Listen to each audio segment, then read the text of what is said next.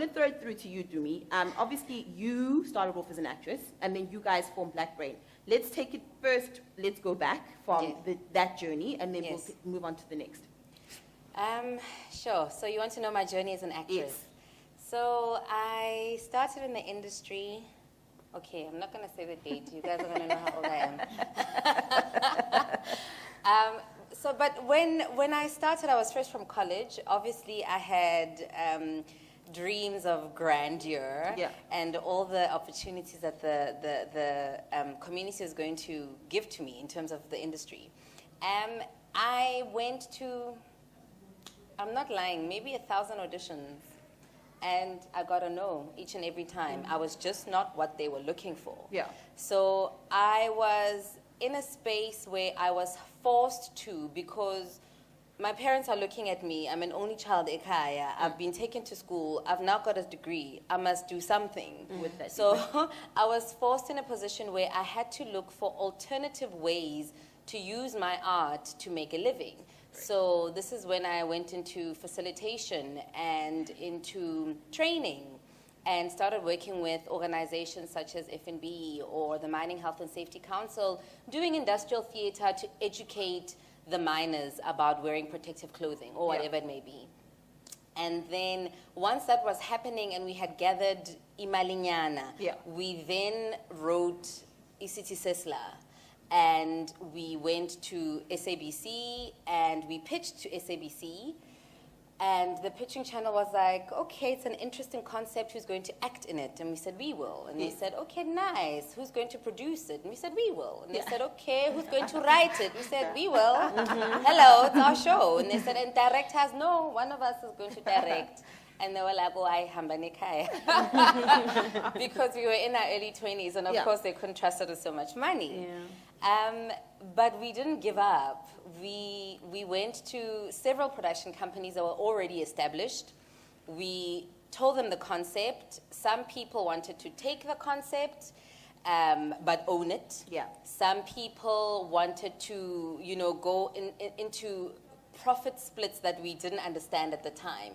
And being young and fresh out of college, you think you know it all. So we were like, nah, we're going to do it ourselves. And we got a few of our friends together that we studied with at AFDA. We shot a pilot, and then we delivered the pilot, letting the SABC know that we've already got 3 or 4 or 6 episodes written. As luck would have it, the opportunity arose where they had to cancel a show that was on air that was not performing. And we already had scripts. So they were like, okay, we'll take a chance on you guys, but we will pay you with a production company to produce your first production. However, you need to be a company. You need to register for VAT and PAYE and have a CK1 number. And we were like, oh.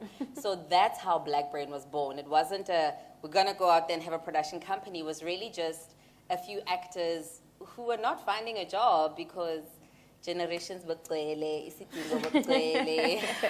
it goes back to just that. I think that's the most important thing that we keep speaking about here, is that a lot of actors don't realize that there's so many other opportunities there. When you're not working, there are other ways that you can actually maneuver and start to think outside of the box of just being an actor that's established or whatever the case may be. So you guys started thinking outside of the box, and Black Brain was born, obviously. 10 years later, we have Black Brain. What is it about Black Brain, the production company? And I want to actually touch on how you guys have, I think from the beginning, always worked with brands in order to kind of establish yourself or grow your shows or whatever the case may be.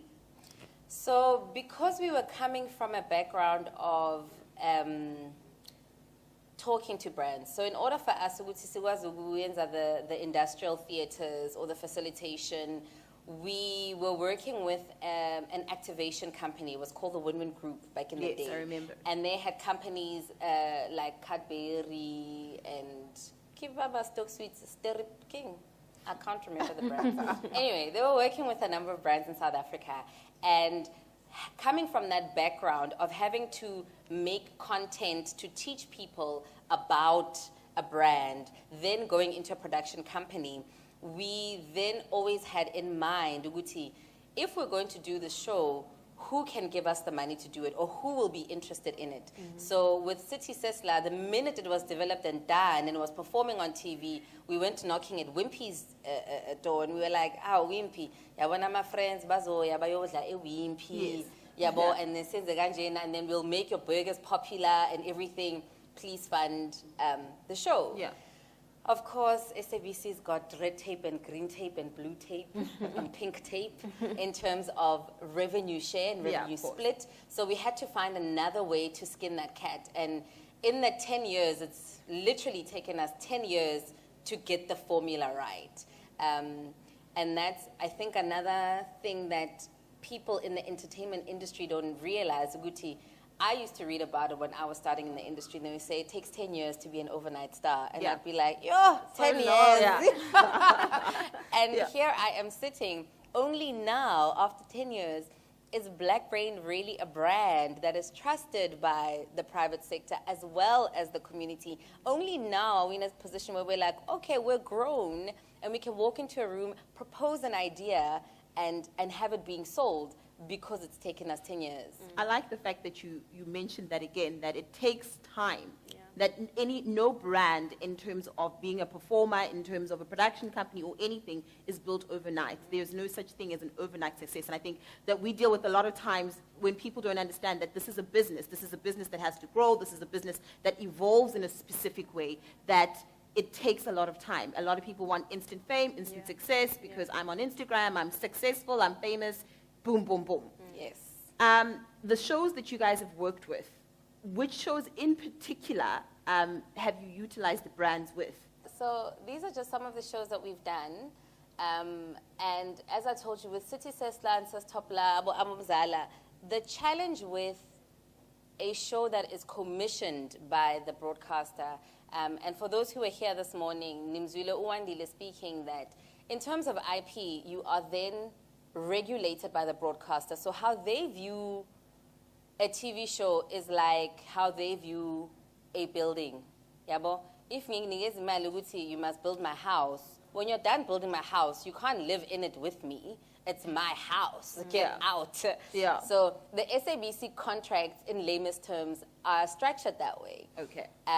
So in terms of utilizing brands, we've had to then go to the brand first. Okay. And have the brand be the one that funds the show. Then you go to the broadcaster and say, okay, it's already done, it's dusted. We're just now looking to negotiate for airtime. Can I stop you for a second? Before we actually go into the shows, as an individual, now you're a musician and you're an actress yourself. As an individual, have you had direct brand association? I have. Okay, and how did you formulate that? Because I think a lot of the guys that are here and performers are wondering, how do I, as a performer, then approach a brand and say, you know, you went to an audition, that's how you got yours. But then you had to then have a discussion to say to the brand, look, I don't want to just be, you know, for 3-6 months, I'd like to be the face. How do you then approach a brand as a performer and as an actor and say, I'm a business that you should invest in? Okay, very good question, Zinzi. You know, the funny thing about this industry and any industry is that the same principles apply. For someone to notice you and to know that you exist, you have to go knock on their door. That's just number one.